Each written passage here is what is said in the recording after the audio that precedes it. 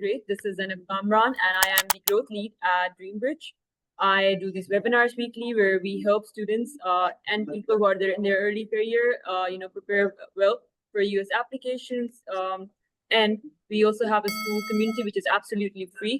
We give resources there, weekly, and we also have a newsletter. So subscribe to that as well. I'm sharing the links in a bit right here. And today with us is a very special guest, Shizrae, who's very talented. She's been outperforming a lot of people since since a very long time, because I think first of all how she began in engineering, and she was, I think, one of the only few girls in her cohort who got into engineering, and then after that she started working in oil and gas. And just letting you guys know that it's really difficult to crack oil and gas.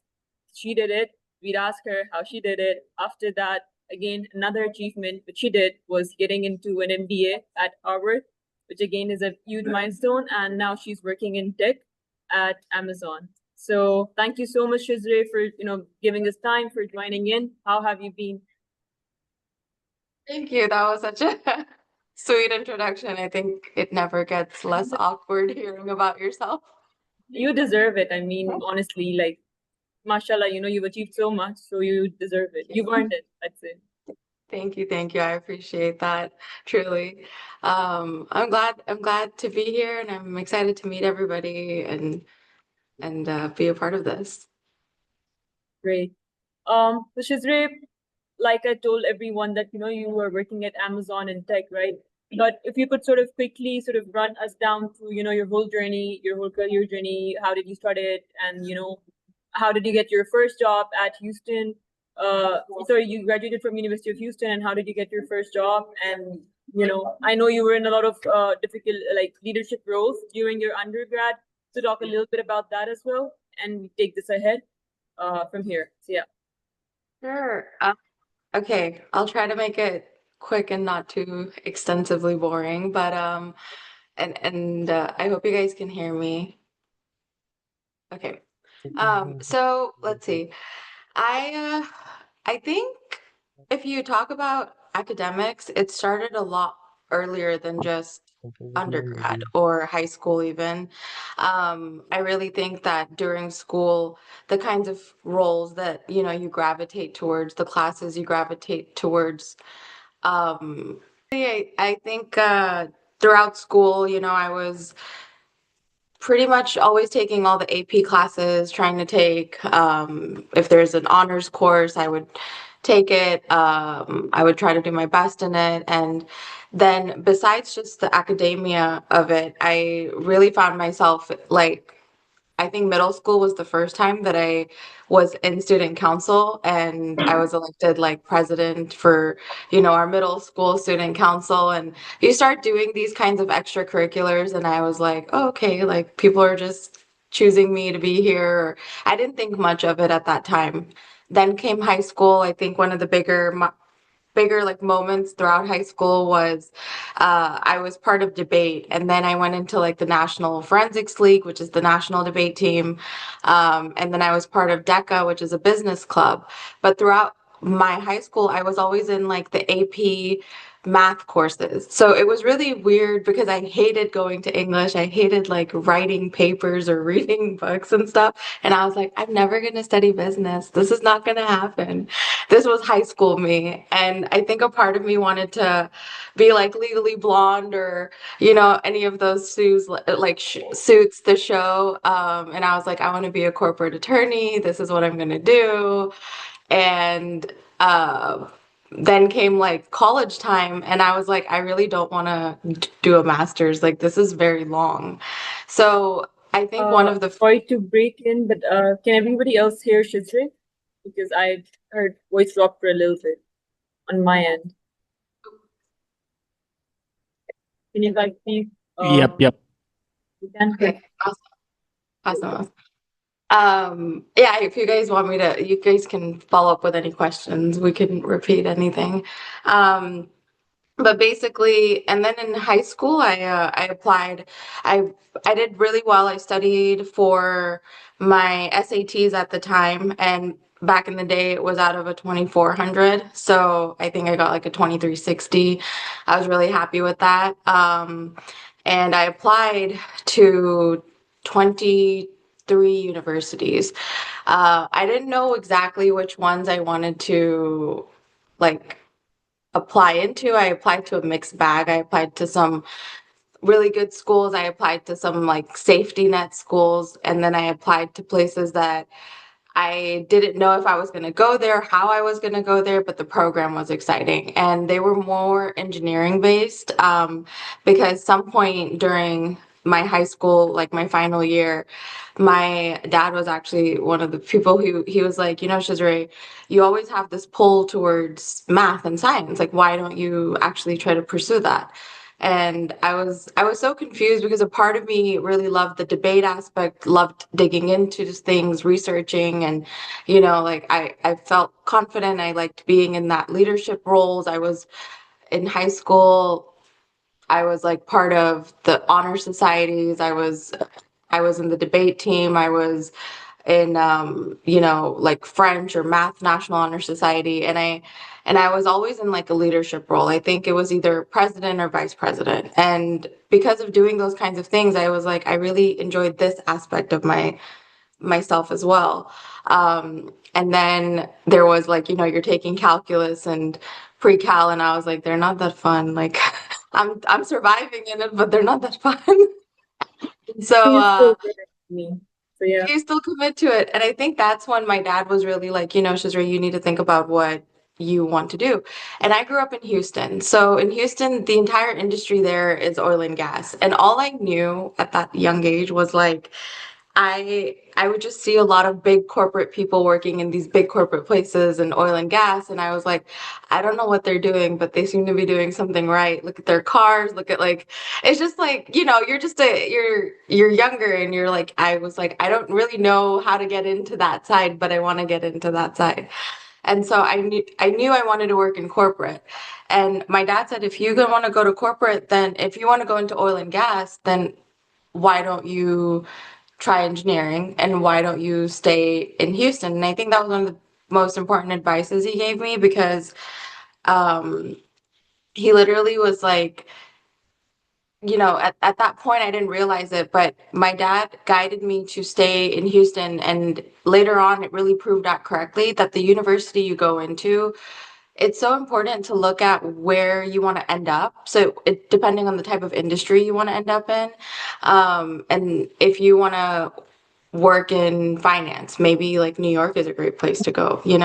If you want to work in consulting, like maybe the East Coast, or maybe if you want to work in tech, the West Coast, because universities are very much correlated with their targeting programs and universities. And I didn't understand that back then, but like I was grateful my dad was able to kind of guide me in that direction. And so from there, let's see, so I went in undergrad. I did engineering. I started with petroleum and I went to the University of Houston. I had a full ride and I think I hated it like my sophomore year. I was in this course, Reservoir Petrophysics. I still remember it. It haunts me to this day. And I came home and I told my dad, I was like, I'm done. I'm not being an engineer. Like, I'm never doing this again. This is too much for me.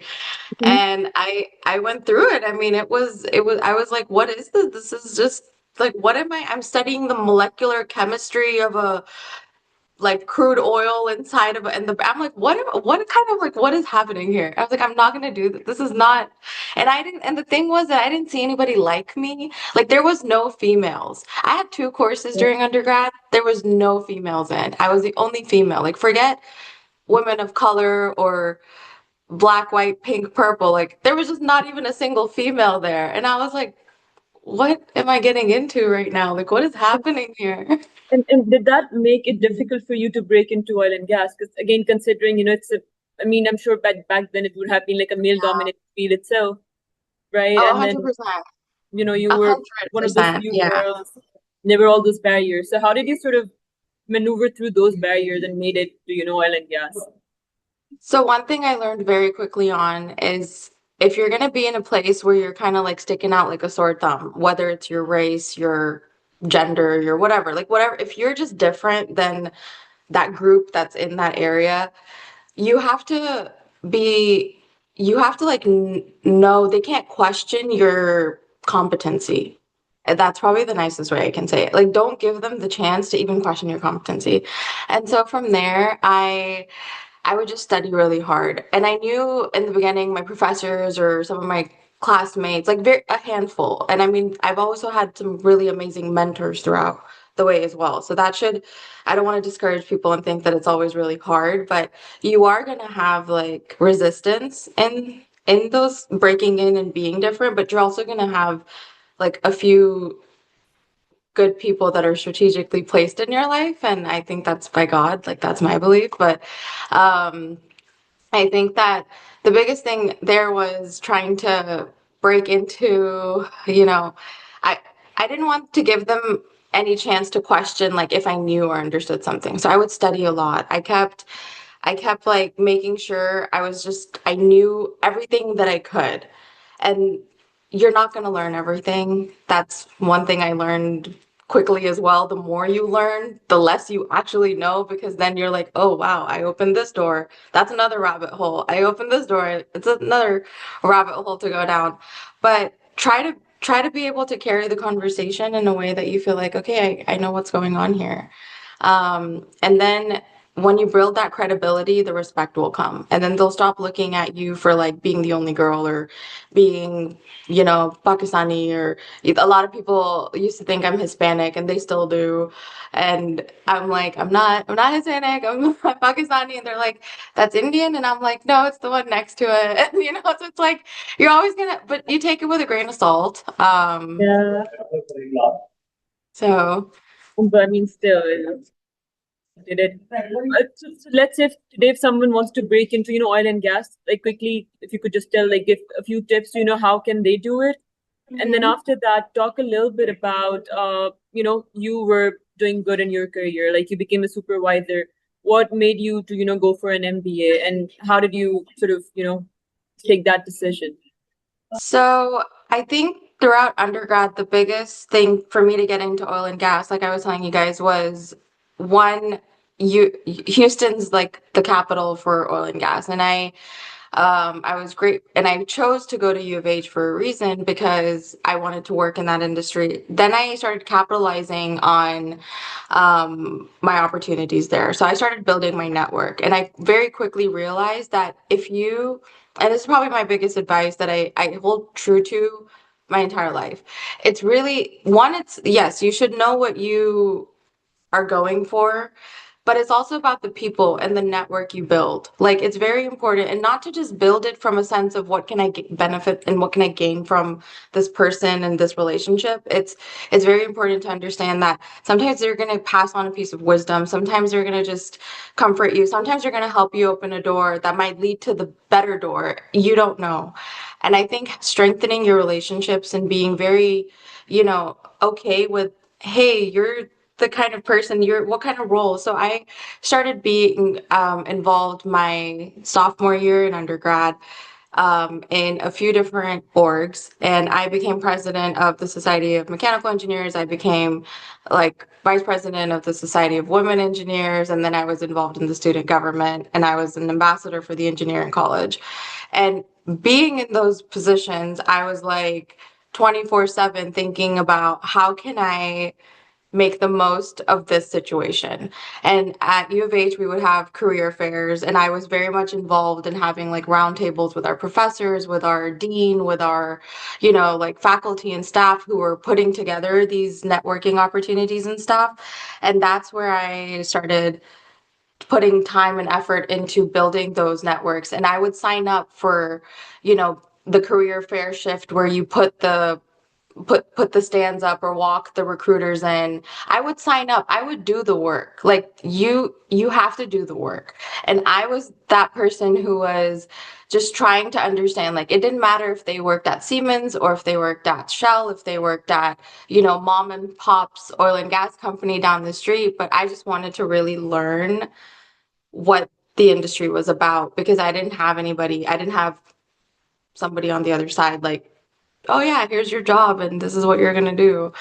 So I just wanted to Just a learn and keep. follow-up question. Just a follow-up question. Like, let's say in today's world, let's say, it's very important to sort of keep your connections warm, right? So how do you do Yes. that? Because obviously I understand, like, let's say once you're applying for the job, a referral is very important.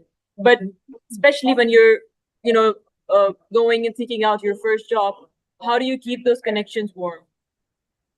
So always have your resume prepared. If you're a part of a student org, wear the t-shirt, show that you belong. Like I had a polo for, the societies and it would say like president or something. But you never know, that affiliation might be something that maybe the recruiter was also a part of. They were part of that Society of Women Engineers. So if I saw a female recruiter, maybe she can be like, "Oh yeah, that it could be a starting point of a conversation, right?" Like have something about yourself and be prepared. I always had my resume is always ready to go. Like even to this day, it's probably like a mental illness of mine, but I'm like, you never know. Nothing is ever secured, and it's like everything can be ever changing.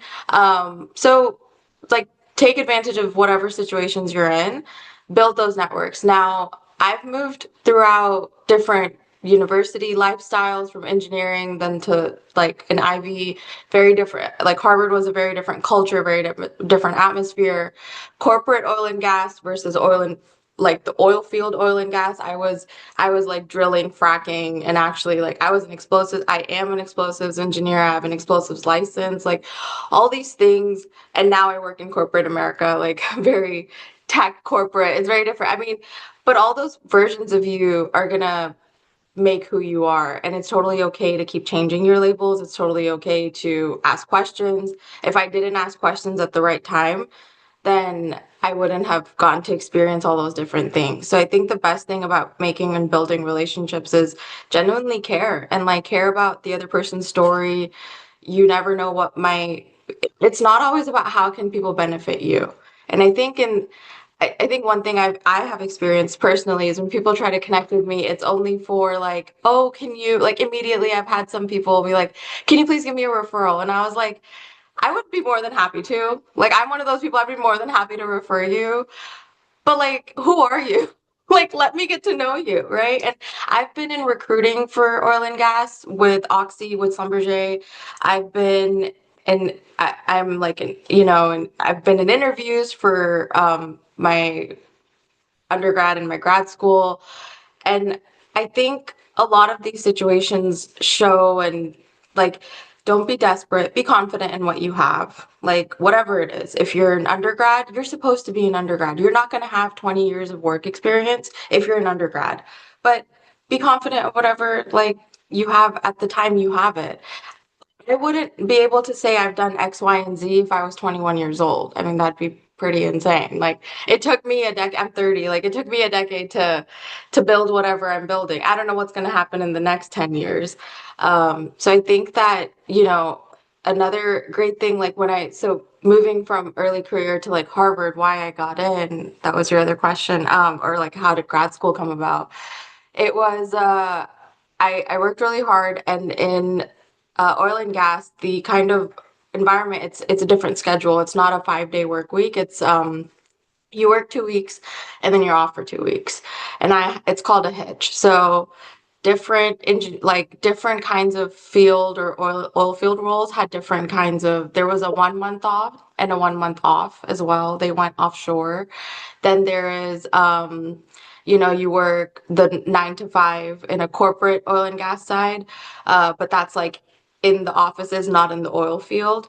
And so I think it really depends on what you want it to be. I liked engineering. By the time I graduated, I was, a mechanical engineer, but I was a field engineer when I started with Schlumberger, and the interview process for that is very insane. I had no idea what I had signed up for.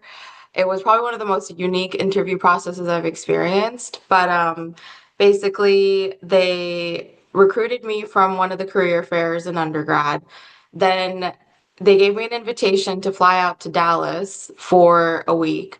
And in there was about Oh God, this was so long ago. About like 80 people, I think, from the entire, like 80 undergrads from all over the world were flown into to that hub.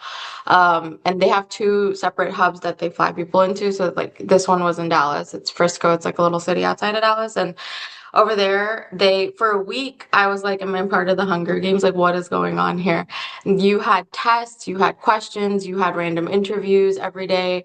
It was a completely unknown experience. And I would be panicking and I would call my parents and I'd be like, I don't know what I'm doing here.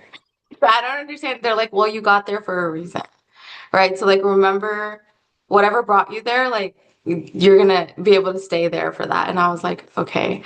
So then basically, oh sorry, I think my screen changed. Okay. Um, but yeah, I think like for that it was more learning on how to adapt in those interviews. They started asking about the technical competencies, which is normal. Don't be afraid to like say, I'm not sure, take a breather, let me pause through that. Perfecting your interview skills can make or break you having the chance at the Could career. you like share any resources first oil and gas, that helped you prepare for those interviews? Like there are, those Yeah. resources for finance and consulting. What is it for oil and gas industry? There isn't much out there, especially when I started, there wasn't much. The one thing I did watch a lot of was YouTube videos. I would search anything I could about the company culture, about the corporate environment, about whatever role I'm trying to apply into. I would just try to be like a day in the life of a field engineer. And God, there was like three videos that popped up back in the day. Maybe there's more now, I hope. But I think in this day and age, like leverage everything. Even when I was applying to Amazon, I would be watching YouTube videos of like, what is Amazon like? What is the process? And I learned so much about oh God, this is another like all these big companies have some insane, like it puts you through the ringer trying to apply and you're like, do you want me or not? I don't. But don't give up, like keep at it, keep going and just do your best. Like literally just it's okay if you like mess up, don't beat yourself over it. And I think it's study, learn the culture, learn why you want to be there. Do you see yourself as a good fit? A lot of people see like big titles and they're like, I want to work at Chevron. And I'm like, like what part of Chevron makes you want to work there? It's everywhere. And I'm like, okay, like tell me more, so really understand why you see yourself fitting there. For me, it was I like corporate culture. I like big corporate culture because I want to be able to have, and I was confident in saying that. Like I was like, I don't want to work for a small company. I want to work for a big company where there's big resources because I love learning and I want to be able to grow and I want to keep learning and I want to be able to like leverage the resources to drive out whatever ideas I have. And I think being in like leadership positions and supervisory roles and things like that, it's like I knew I had technical competencies. I don't think in any way I'm like the smartest engineer or the smartest like person, but I know that if I put my mind to something, I'll study and I deliver. That's another thing. If you say you're going to deliver, then actually deliver. If it means you have to pull an all-nighter, pull an all-nighter. Like you get to choose what part of your life you want to prioritize, if it's your personal relationships or if it's your career you want to grow. Like you can't have everything all the time. And whatever you're gonna water is what's gonna grow, right? So I think in that way, there's a lot of like I don't know. I think there people just you can't really skip over the hard work. You have to do the hard work. I wasn't living the undergrad life where I was partying all the time. I missed out on a lot of like social events and deprioritized those things because I was pulling all-nighters. I was running orgs. I was like trying to graduate. I was panicking. I like you go through that and that's fine because I had a different vision and everybody starts at a different place. So don't compare yourself to people in whatever part of the journey you're in. And be okay to start over. I think that's like my biggest thing. I think I'm the queen of starting over. Like I've had to reinvent myself so many times, right? Like every chapter is going to be a new you and be excited to meet that part of you. That's exciting. That's a great tip. And you summarized it like in a great way. Now moving towards your MBA application, something that I'm sure that the audience is awaiting, right? Talk a little bit about your application process, your essays, the profile that you had, everything. So for Harvard, oh God. Okay, one was you got to make sure your grades are good. They don't need to be perfect, but make sure you're good, right? Like, because the first thing is they're going to be looking at like the GMAT score, and they're going to look at if you're going into a grad program, like if it's an LSAT, they'll look at that. But just talking for me, I took the GMAT. I got a relatively good score in it, and I felt comfortable. And I really thought about it because at that time I was already like 3.5, 4 years into like a professional career, and I had to decide, do I want to walk away from a career that was at one point a really big dream of mine? Like I wanted to work for Schlumberger so badly. I was obsessed with the company. I loved who I was becoming, that person and that growth and everything. And I was like, do I step away and go back to school? Regardless of what school it is, but do you take that break and do you go back to school? And you don't know. There's no guarantee. Like, there's a million Harvard grads. Not every single one of them is the Obamas, right? Like, not every single one of them becomes something. And I was like, what if I just go there and it's a mistake? Or what if I can't make it? There's always going to be doubt. Um, but then I was like, you know what? This was a dream of mine since I was little. I'm going to just try. So when you're applying, remember the why. Like, why do you want to go? And I poured a lot into that, into my essays. I think it took me about 2 months to write my essays. Like, it's a very iterative process. You're not going to get it in the first time. It's hard to consolidate, like, why you belong in this place. And I thought about it, and I was like, similar to how I wanted access to resources with the corporate culture, I was like, I want to understand, like I have this like insatiable thirst for knowledge, like, and I really just want to understand how I can go to a place where everybody cares about knowledge as passionately as I do. They want to grow and learn. And I poured that into my essay. I talked about the things that were strong about myself, the learnings that I did. You have to reflect on yourself. One of the big things about Harvard is they really ask this question. It's like, what is it that you're going to do with this one wild and beautiful life of yours? And that really always like sticks with me, because I'm like, everybody wants to solve world problems and be like the next celebrity. And I mean, but I was like, I don't know, like I want to be able to inspire people. I want to be able to help people. I want to be the change that so many people sacrificed for, like before me, right? Like, I mean, I'm Pakistani, I'm an immigrant, I'm Muslim, I'm a woman, I'm like so many things. And I was like, I carry a lot of dreams, and I think the biggest dream was probably my mom. Like she was always like, me and her would Answer, right? grow up, Yeah. yeah, like grow up watching Legally Blonde, and she was like, oh, I can't wait. Like I think there's you have to remember all the whys you're doing it and pour that into your essay and keep writing it, rewriting it. And I wrote a lot about, you know, embrace the struggles, what makes you unique, embrace the strength, not just talk about your struggles, but like also embrace like, I was able to overcome this. I did this with a little bit less, but I think it worked out great. I learned this in the way, right? Like, I think there's a lot of great things like that in the interview process. It would scare me. I'm like, oh, who's gonna care about me? Like, what have I actually done? You know, you always get into that rabbit hole. But then I was like, I don't know any other Pakistani female explosives engineers out there, working for like a multinational company.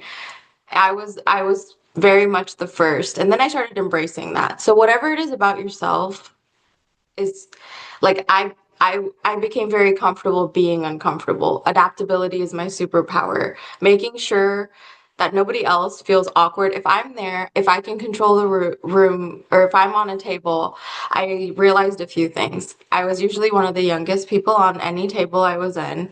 And at first I would have a very big, like, I would talk to my family and my close friends. I was like, how do we, there wasn't a lot of people I could relate to with a lot of the things I went to. So I went to like my parents and I would just, and I don't think they could relate to me, but at least I could just talk through it with them. And that's one thing I'm very grateful for. Like whoever it is, your parents, your brothers, your sisters, like having my aunt, like, you know, my mom's sister, she also did a lot to inspire me. I think you pull strength from people, you pull wisdom from people. So ask them whenever you're trying to do something that's not been done in your family, or in the circle of friends that you might have, like ask, get help, get advice, talk through an idea. And sometimes just talking through it was like, oh yeah, that doesn't make sense. I don't want to put that part of me out there. Oh yeah, actually that is a good point. Like let me add that into my interview. Practice interviewing skills. There's so much resources. I mean, And on what kind of questions they asked you when you were having your interview for Harvard? for Harvard, the questions are one, it's about what makes you different. You know, that's the one thing. It's a lot more behavioral in the beginning, and then it goes into about what kind of management styles do you have? You know, are you the kind of person who's going to take these resources and this opportunity to learn at an institution like this? And are you just trying to get it for the name tag, or are you actually going to like do something with leveraging all this, you know, this new platform that you're a part of? I think that's one of the biggest things is understanding, like if you want to go to Oxford or Yale or Columbia or any of these like great names, they're great names. It's a platform. You're going there because you want to be on the platform. What is that platform offering you? You need to study that. And that's the kind of stuff they're looking for. Like these are all people who've walked that path. Majority of them did not come from, like, you know, they're not legacy students or something like that. Majority of my, like, I've made two of my greatest friends that I like love to bits. I met them in grad school. And I finally, like, I won't say her name, she'll kill me, but she's like one person that I can pick up the phone and I can call her, you know, I can, like, to this day, like we keep just, I love her to bits and she's like a sister to me. And we resonated so much on what we had gone through, and we always felt like the oddballs out. But then when you get to a place where people are like you, like another part of you lights up. So I think try to visit the place if you can. If you can't, watch videos about the place. Like I love traveling, which is totally not about this, but if I can't go to a place, I'll watch videos about it. I'll just be like, I pretend I'm there. And then I think that helps a lot too. Like understanding why you want to be there. Do you see yourself fitting in? What are you going to do when you're there? Like, why do you want to be there? That's the kind of stuff they're looking for, and that will translate in your interviews. So I think the questions that come are really about what are you going to do, right? I can't give the exact questions, but they're about like, what are you going to do with the resources Harvard gives you? Do you even know what all the resources are? Like, if you want to go to the business school, we have a Harvard Innovation Lab, which is a Harvard incubator for entrepreneurship. So study up on it. I mean, all this stuff is out there. So if you're looking at Columbia or Yale or any Ivy, one of the things that I loved was that all the Ivy Leagues have a very strong community of interchanging like books, libraries, and you can visit any Ivy League library and get any Ivy, like if there was a book in Columbia and I wanted it, I could get it at Harvard.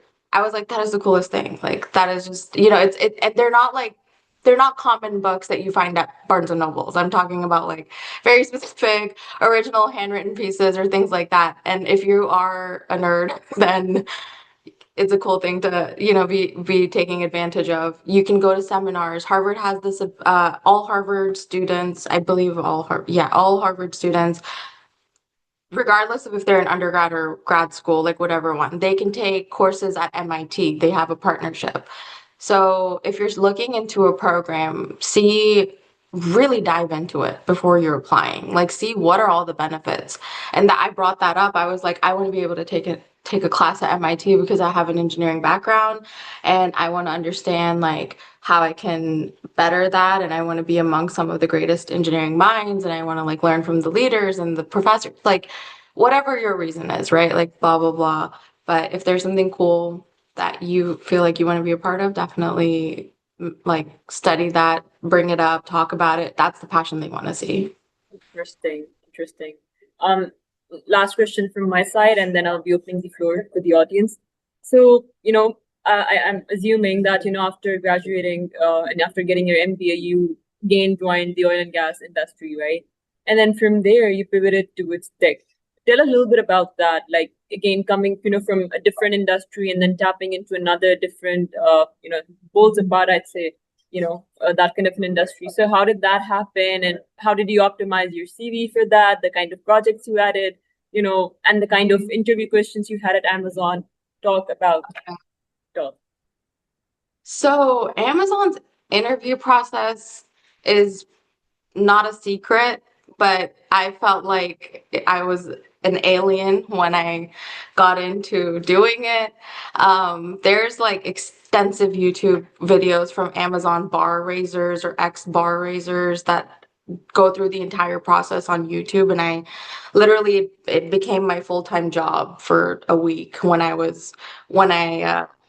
so I was like kind of recruited for this role through LinkedIn. They reached out, and at first I was like, I can't do this. Like, what is this? This is big tech. Like, I barely understand big oil and gas, like from one industry to another. And then I looked into the role, and I do international expansions and like I manage the customer experience for international expansions. And I think the role that I was in previously was another, never have I had a normal role. When I say this out loud, it shocks me every time. But like my last role before Amazon was with Occidental Petroleum, and I was the lead process engineer for developing and building and leading the entire carbon capture like segment for direct air capture at Oxy. And I did a lot of like getting the permits, building out SOPs, building out, all this stuff and global expansions. I worked with every other oil and gas company out there. I worked with building those relationships, those vendor managements. I handled a lot of things. And it was 24/7 operations. It was maximizing my MBA, but really juicing my brain on the engineering side. Like I don't think there was anything left in there. And one thing I saw, I was a disruptive innovator. That was one word that I learned in grad school, and I always like label it on my forehead. I was like, that's what I am. I'm a disruptive innovator. I will be the first to market. And I highlighted all of those things in my last role, and I put them in my resume. And when I saw this role, I was like, international expansions. Okay, let's peel it back. I don't know the industry, but I know how to do this. I know how to manage multi operations. I know how to manage a lot of marketplaces. I know how to there's a lot of similar the scaling, the growth, the growing pains, leading through like uncertainty. I over time have found myself like I've taught myself and I've learned from, schooling, from work, from life, like how to really compose yourself in the moment that like sorry to say about it, we're like all hell's breaking loose, and like just kind of I'm like, okay, no, focus. Like that's where the training comes in. And I think that happened with my undergrad experience. Now, one thing about Amazon that I have learned is it's nonstop. It's a beast. If you keep giving, it will keep taking. Even if you don't want to give it, it's nonstop. It's so big. Like the scale of Amazon is never ending. And I couldn't let that consume me. I think I was naive before applying, and I am glad that I was. So sometimes, like, you don't need to know everything. Like, don't scare yourself out unnecessarily. But throughout the interview process, I made sure my resume highlighted like all the things that I can do. And I was like, I was an engineer, and I learned and I adapted like to new technology. I built new technology, and I did it for a different industry. Here, it's all about AI. It's all about like SQL. It's all about, and I was like, that's not the kind of engineer that I am. I'm like very different kind of engineer. But as soon as I joined and as soon as I was like applying and doing, I mean, I'd worked with Python a little bit. I'd worked with those, but I put in the effort. So then I started taking like we have machine learning university. I started taking like AI, generative AI for leadership. Like I took a course in that and I did those on my own. Like it's not something and I think that's the thing. You can never stop learning and um I look at it two ways. I'm like either like the wave is going, right? Either you go with it or you stand still and you resist it and it's going to crush you. So if you want to be a part of that big wave or that big company or that big culture, you either go in the direction they're going and you just try your best. And sometimes if you get tired, okay, you get tired. Like it's okay too. But that was the big thing. Like I don't think I have tech figured out. I don't think I have oil and gas figured out. I don't think there's ever a point that anybody can say that, oh yeah, like I know all about it. So don't, so my advice would be like, don't feel like you need to know all about it. Just know that do your research in the basics and feel comfortable with that. Perfect. Great. Um, Great. Now I am going to be opening the floor, but before that, I'm just sharing two links. The first one is for our YouTube channel. You can, everyone who wants to see this webinar or other webinars, they can, subscribe to the YouTube channel. And then after that, if you are planning to study in the US and if you want to take a loan, this is for international students. So you guys can check your eligibility in under 60 seconds using this loan. Using this link. Now moving on, I'm opening up the floor. So first question is from Faryal. Faryal, if you want to unmute yourself, you can. Yeah.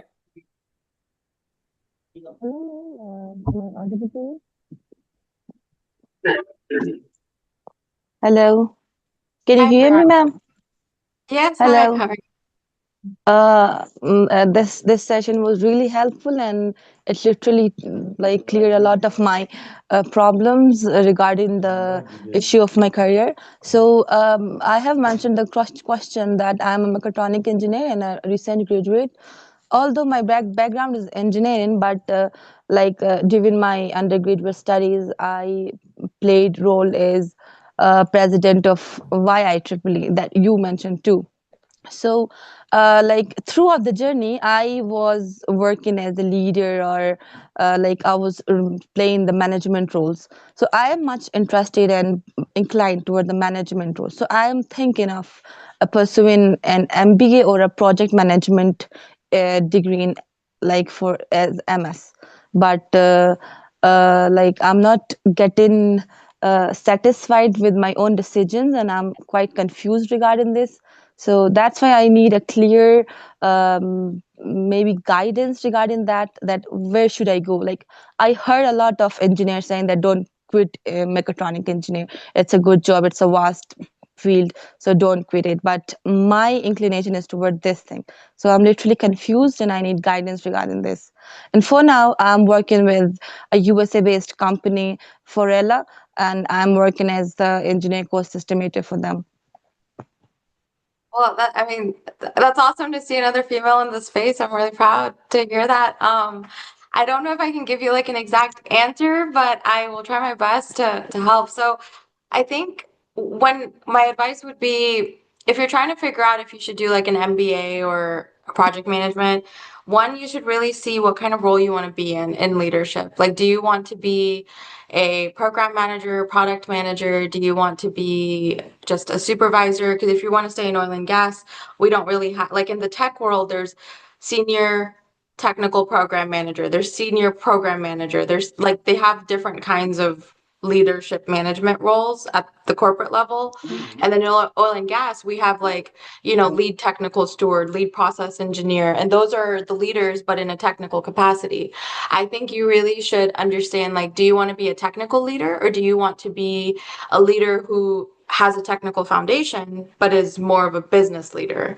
So if you find yourself wanting to be a technical leader, then I would suggest maybe pursuing a MS because that's the skill you want to hone, and then taking a few program management leadership type courses within the mix. But if you want to do something more on the business side, and the reason I wanted to do an MBA, I said, if I'm going to leave my career and go into a program and invest time and energy into it, like I'm going to shoot for the stars, So to me, Harvard MBA was like number one. I wanted to try for it, and I wanted to see what doors that would open, because I knew I wanted to understand and learn the business side of things, and I wanted to be like not just a technical leader, but a business leader.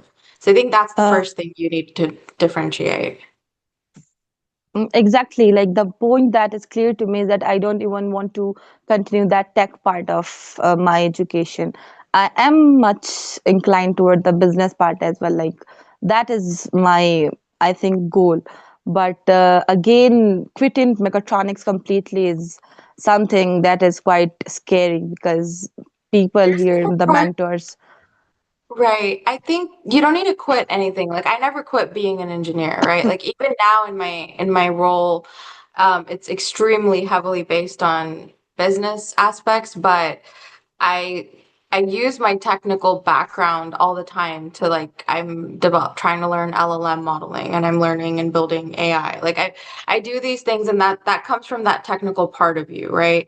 You'll never lose that. And that's what I say, like carry whatever version of yourself, you carry it with you. You're not just going to be one label. And as you get older, like you grow throughout your career, you're going to be multiple labels, and that's what's going to like build who you are. So you're going to be a tech, if you want to be on the business side, I would suggest doing the MBA. I mean, keep it management, keep it general. You don't need to specialize in anything your first year. You can take like at Harvard's MBA program, your first year is RC, it's required coursework, and then your second year is elective coursework. So if you're a second year MBA, you get to choose what kind of classes you want to go into. So you can take classes that have a energy management, or you can do different kinds of coursework in your second year. Um, so I think it's totally okay that like I think you have your answer. Like you sound like you want to be able to do an MBA. You want Exactly. to get into the business side. Give yourself the first year of the MBA program to understand and open yourself up to business. And then whatever part of that you enjoy, reflect again on what you miss about the technical side. And then in your elected courses, your second year, take a mix of those. And that's the kind of roles that you'll open up into. I mean, my resume is not linear at all, like I told you guys. Okay. There's right. So it's okay to have a little bit of diversity as long as you know I want to stay in this niche. I want to grow in this direction. So I think you're on the right track, and I'm excited, like do an MBA. I think you'll love it. You'll be able to grow. You have a great background. You'll never leave mechatronics. I never left oil and gas. I can always, like, it's always a part of me. Like, I learned a lot and I grew a lot, and who knows, right? Like maybe in Amazon one day I can work with the energy side on AWS. Like you can always grow. And the world I've Exactly. seen, the kind of people, like the roles that exist, I'm like, how does this role even exist? Like, how many things do you have to know? But it's a building, like throughout their whole life, they've done so many different things. Um, Okay. Great, great, Okay. great. Now we have another question from Zen. Zen, if you'd like to Thank you unmute so much. yourself, you can.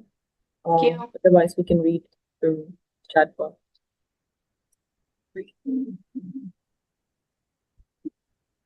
Okay. Zane's question? Is Zane here? Yeah, I think Zen, I'm not sure if you could. I think we could just read it from the chat. Oh, okay. All right. At which point in your engineering life you thought of doing an MBA? What are the main things that can boost up chances? Um, so it was when I realized I was a supervisor when I was growing more into the leadership roles, and I was trying to understand, do I want to be a leader in the oil field, which I was. I was a field engineering supervisor. So I had multiple rigs and I had multiple like regions and operations under me. And I wanted to decide, do I go into the corporate side of oil and gas, which is like, back in Houston, one of those downtown offices, or do I grow as a technical leader in the oil field? And I really enjoyed at that time in my life the technical oil field. I didn't really want to make the jump and do a corporate desk job to a 9 to 5. I didn't like that kind of stuff, but that was then. Now I'm like, I don't want to go back to the oil field. I love a 9 to 5. I'm getting, like I have different priorities. So I think for you, if you're deciding at what point do you want to like do the MBA or do a master's program, that was kind of it for me. I didn't decide to do it at Harvard. Like, I don't know. I wasn't like, it wasn't guaranteed to me, right? Like I made that, I just had that passion like to go to Harvard, like I think a lot of people do. And I was like, I loved school. I was always pretty nerdy and stuff. So I wanted to just give myself the chance and apply. So I did. I think that was, so I hope that answers the first part of your question. And what are the chances, like what helps to boost for admission? It's one, your grades should be decent. Like that, I kind of a fact. Your grades should be good. They don't need to be perfect, but they should be good. So your metrics and all of that, have a good resume and be diverse. I think if you have a lot of leadership or ownership type roles in your resume, that's what they want to see. They want to see that you have a vision, no matter what the vision is, and you can act on it. So, like me being president of 3 different orgs during undergrad, me growing in my career, even in the few years I was there, like, you know, I, I was growing. They want to see that what you're trying. They want to see you try. They want to see, like, it doesn't have to be I became junior field engineer to director in 2 months. I mean, I just went up the ladder in the right way at the right speed, and that's enough. But they want to see that you're growing, you're trying, you're applying.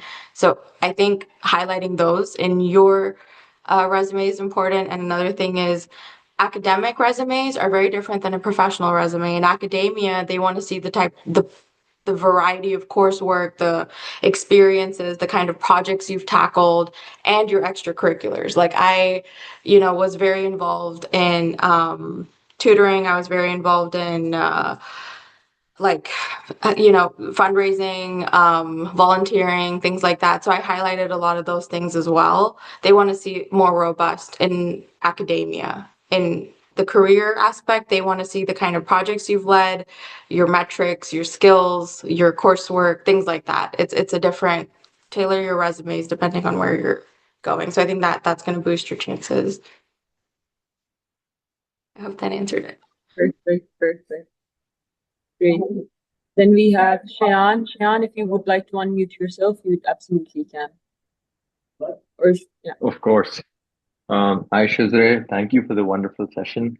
This is Shayan from IBA Karachi, and my question is that was there any like particular avenue that helped you figure out the sort of work that you enjoy? To give you some background, I took sciences in my ONA levels, including computer science, and I thought that I really wanted to pursue it. Um, but I ended up pursuing a business degree for my undergraduate.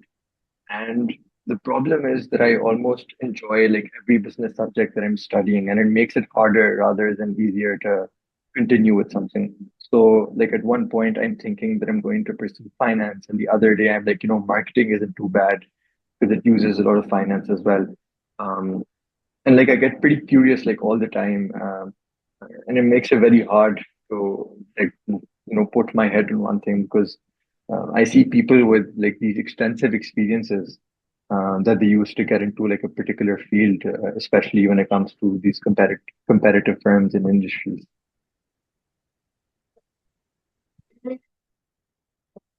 And I think I felt that when I was deciding, do I walk away from an industry where I spent a decade building into different parts of it and I was at a good place, and jump into a new industry in tech and I don't really know what I know about it, right? Like I didn't work in tech before, so it was a black hole for me to a point as well.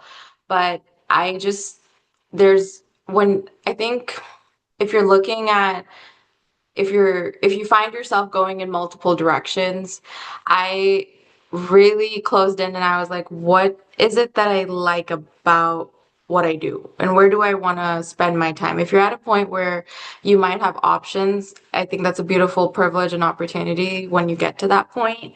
And if you have options, listen to your heart. Like, how do you want to spend your day? Do you want to spend your day doing, like, if you're in marketing, you're creating a lot of strategy, you have to be on the cutting edge of things. If you're in finance, you're very fiscal, you're very data driven, you're very metrics driven, you might have to handle different kind of software. So I think it's not just about the title and really trying to understand how do you want your day to be looking like? Like, what is it that you want to wake up every day and do? For me, when I was, younger, I wanted to just be like, I wanted to like be as smart as I could technically. And then I grew and I liked leadership and I was like, oh, okay, people are looking up to me. People like now I have this responsibility of making the right kind of decision. So that's kind of what fueled me to do an MBA a little bit as well, because I wanted to learn the best strategies and the best ways out there to be able to be a good leader. I didn't just want to be like a crappy manager, and I wanted to be a better leader because I cared about my people. Like even if one person is reporting to me or looking at me, like I want to be able to help them to the best of my abilities. So what can I do to better that? So if you want to be in marketing or if you want to be in finance, I would say look at the day-to-day of the people that are already doing those roles. Get a mentor, ask around, cold call people. If you have friends who are already in the companies that you're talking about, ask them what is their day-to-day like. Like right now, a lot of my day-to-day in tech is not me going to summits and AI launches. I mean, I'm writing doc after doc, strategy after strategy. It's constant. It's a lot of data. It's a lot of analytics. So it's different parts of me, but I love that because I know the scale and the impact, and I love the the support that I get from my team, my management, like the culture of my team is very important to me as well. The people that I've met here are very important. I think so. What kind of role do you see yourself in? Do you want a more traveling lifestyle? I wanted to travel a lot when I was younger, and oil and gas offered that. So I think those are the kinds of things you should ask yourself when you're trying to see where you want to go, because once you get a good role, once you get in, then it's about staying in. That becomes the problem. Like you need to have something that motivates you, wakes you up. You got to have a purpose. So it, when choosing which one's the right thing for you, you really have to dig deep to see like what is it that sparks the light inside of you and what is it that you want to continue doing. I hope that helps. Of course. Thank you so much. Just like another question. So like having a story is one thing, and then being able to, express it in the right way, using the right words, is another thing, right? So, uh, what do you think like helped you put all of your experiences into like a limited number of words and in a way that you could even justify to yourself?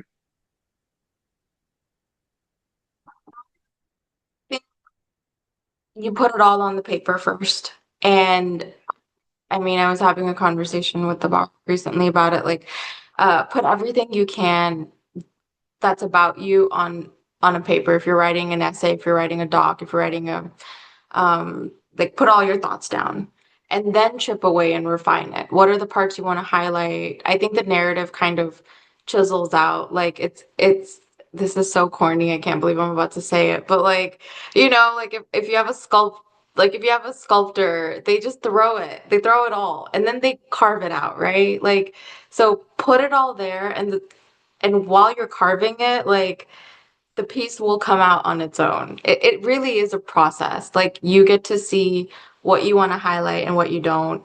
I had too much and two different things and I would be panicking. So then I was like, okay, then I studied the role that I'm applying to, what I would read the job description and then see what in my like resume here is reflecting on the job requirements or the job role descriptions that they're looking for and how can I tailor the narrative in that sense. So I think like you should be able to just kind of see what it is that you're aiming for. Like is it an essay for an application? Is it a resume that you're trying to tailor for a specific job role? But like look at the end goal and kind of work backwards into it when you're carving it out. Once you've laid everything out, dump all your facts on whatever it is, and then chisel it out looking at what's the objective. So have a clear goal and then work backwards. That would be my advice. Perfect. Thank you, Shizrae. Then we have Ali. Ali, please unmute yourself and ask your question. Hi, Shizrae. Thank you for this amazing session. And first of all, I would like to say that it's a stellar career coming from a mechanic. I'm also a mechanical engineering final year student. So this is something that I aspire to have a career like this.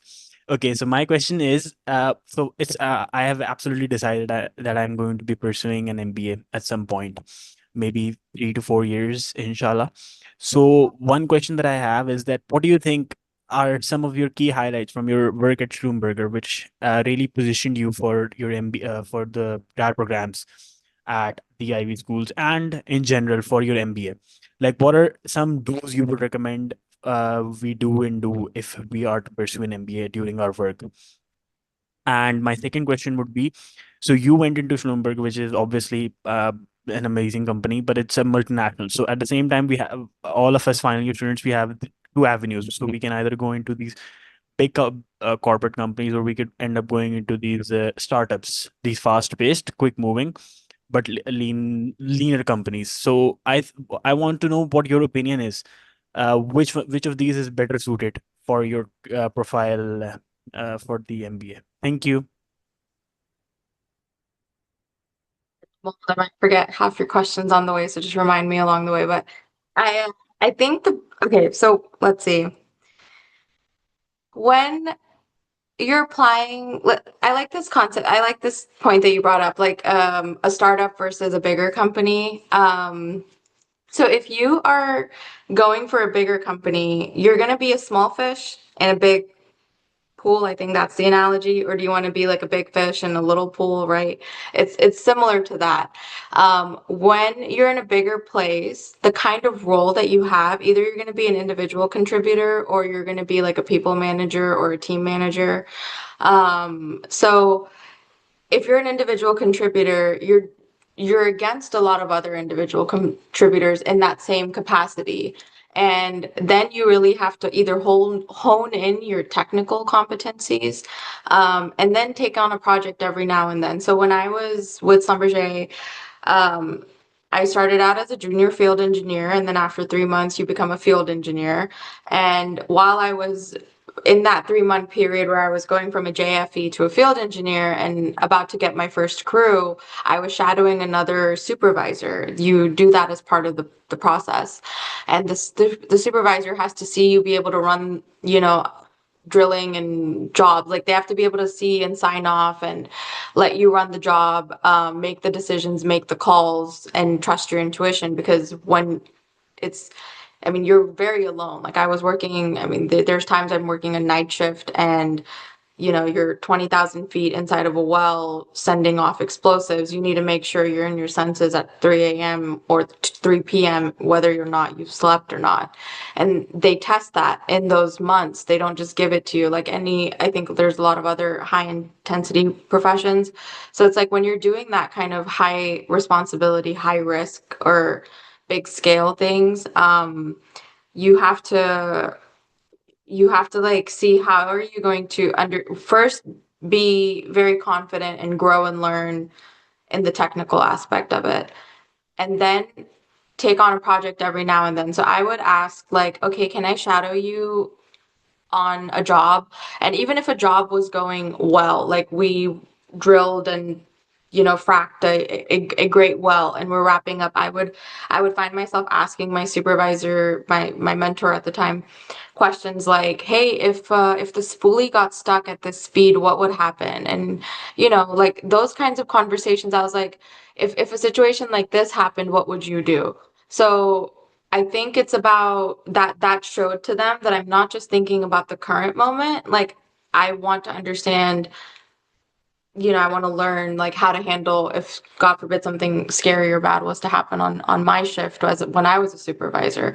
So I think if you are in that position, like trying to see if you want to be an individual contributor, then take on more projects every now and then. And I'm not saying kill yourself with more work, but like take on a few more projects every now and then so that you can understand like that you're going to stand out to the right people, have the ability to showcase your work. And then if you're going to be In a smaller, like a startup, then you're learning a lot. You're wearing multiple hats. I know a lot of my friends and colleagues that have successful startups. They are in the startup space. I also have a small business. Like my brother, has a business, and he has to wear multiple hats all the time. And I think that you have to be willing to learn and adapt at a very quick speed if you're in a smaller space. So then you capitalize that on your resume, and that's the kind of stuff you're going to go into. Either you go very niche in a big company and you become like an SME in whatever that area is, and then you start expanding on projects or programs or leadership roles or whatever it is you want to do. Not everybody wants to be a leader. That's also fine. Not everyone wants to be a manager. That's also fine. Some people just want to be like the SME, like the technical steward for a specific process. Totally fine too. But hone that skill. So I think it really depends on which way you see yourself going between those two. If that, and then what was the second part of your question? I'm sorry. It's okay. It's okay. So I asked a couple of tips for people going into the workforce who definitely want to pursue an MBA. Like, what should they So, do in their professional life? Thank you. see, what do you want to gain from the MBA? Or why do you want, like, what kind of role are you seeing yourself doing on the other side? So once I want to get a taste of hardcore engineering right here, and then I want to go into higher management level roles, possibly maybe towards the consulting side, but that's something that I will look at throughout the MBA. So most probably it's going to be help me pivot. I think that's the main point of having an MBA. If you want to grow, you want to have the technical competencies and then grow. I think the tips I can give is in your career, take on, like, even if you're an individual contributor in the role that you're in right now, ask your manager, and if it's not your manager, ask somebody who's doing the kind of role you want to do, and just ask them like, hey, can I grab a coffee with you and just understand the kind of projects you're on, volunteer some extra time in learning it. That's what I would do. When I see somebody who's a good mentor, I'm very grateful. Like, I have a manager right now who is extremely, like, I mean, she sets the bar so high, and I'm so inspired by a lot of things that she does. And I, like, beyond the scope of my work, I try to connect with her on how does she just, do all of this.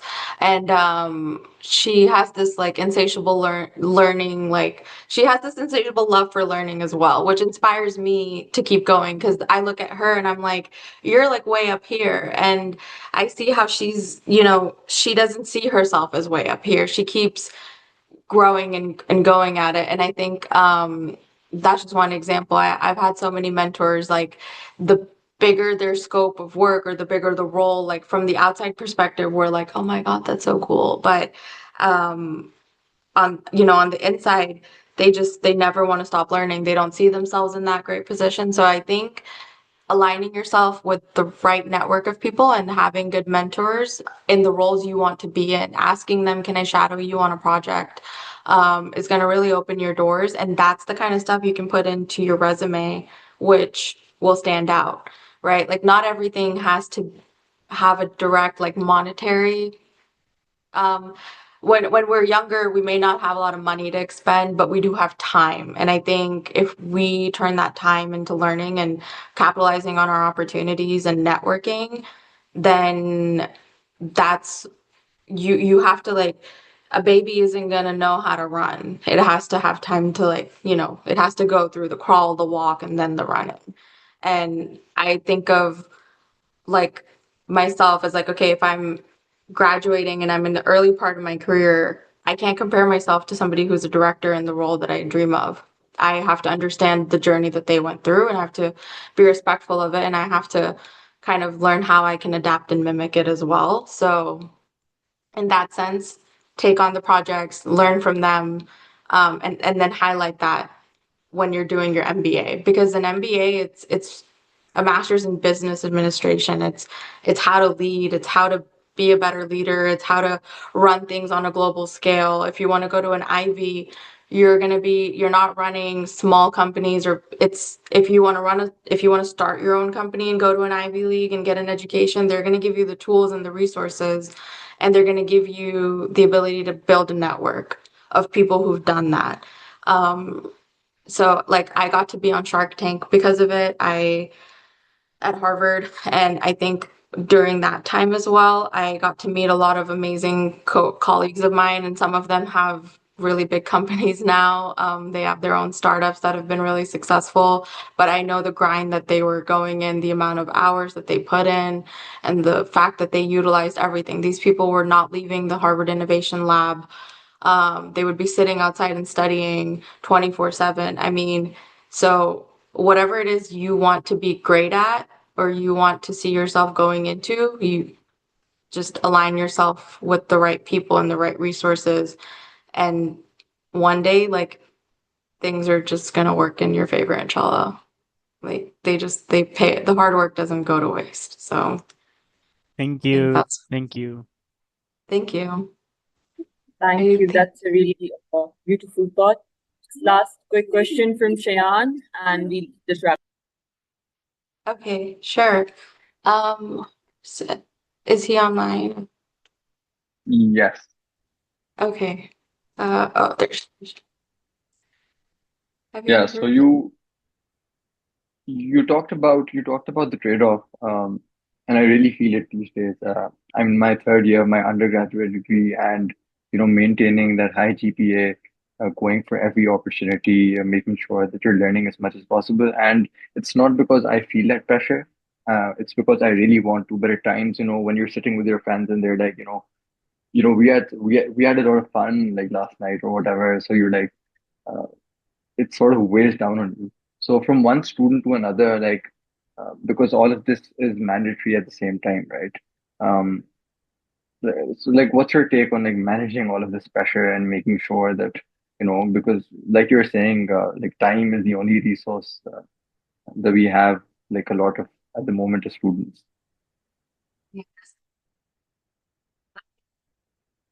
Oh, that question it's one I don't even think I have figured out at this point.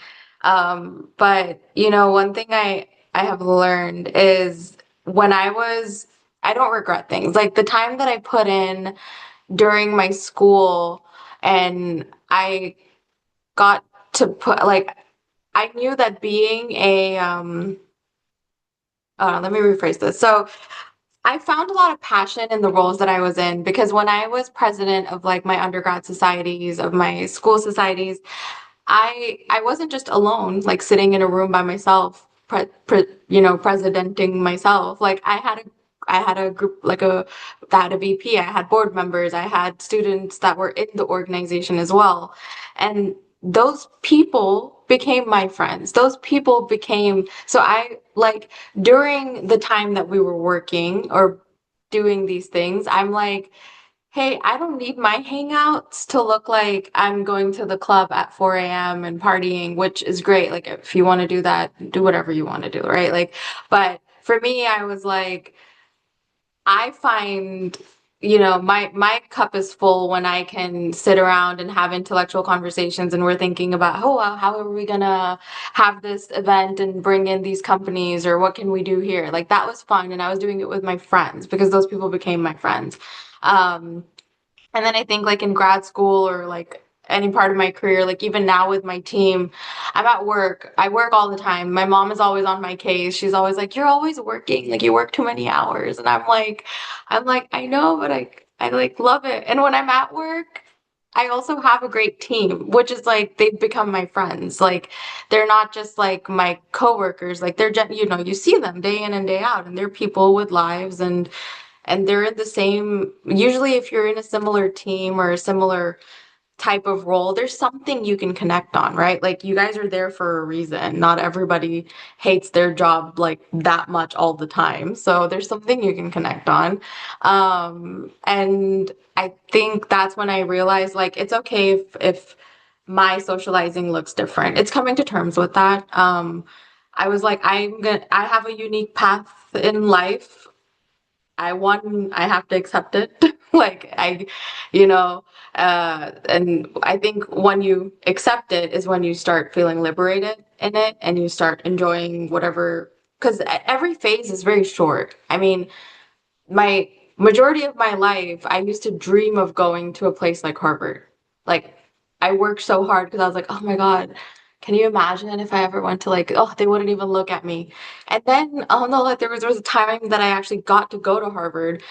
And now I look back and I'm like, oh my God, I never in my life imagined that there would be a point after Harvard, which is now. Like, I'm a Harvard alumni. I went to an event recently for like Harvard alumni in Seattle, and I was like, this is so weird. Like, what is this new identity? Like, all those parts of you change so quickly. Like, one day you're working first for you're trying to climb the mountain, then you're on the top of it, and then you remember the day that you climbed the mountain. So I think like enjoying that journey, that's like the fulfillment. So for me, I've stopped being like, I don't need to choose, because now I bring together like my friends. If I have time, if I can do something, I pour into the things that fulfill me, and the way that they fill me isn't the way that it's going to fill somebody else. Like, I have, like, my brothers are complete opposite of me.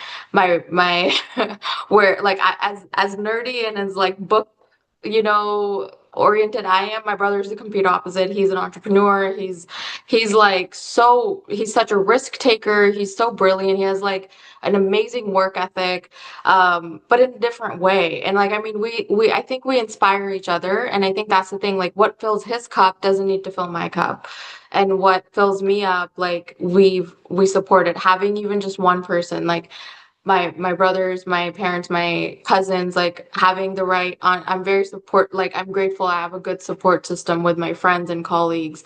And then when the time comes, I want to be that support system. And then I try to be that support system for everybody that I can be as well, just the way that they are for me. So I think the biggest thing is really being okay that your journey is different, and really like accepting, like embracing whatever it is that fills your cup. Then you don't have to choose, because if I spend 20 hours at work but I'm doing it with people I like, and I'm doing it for a project that I'm passionate about, that's not wasted time for me. Like, to me, that feels like I got to do something cool with it. Like, that's just as exciting for me as going out to a Halloween party last night. Like, it fills my cup, I guess.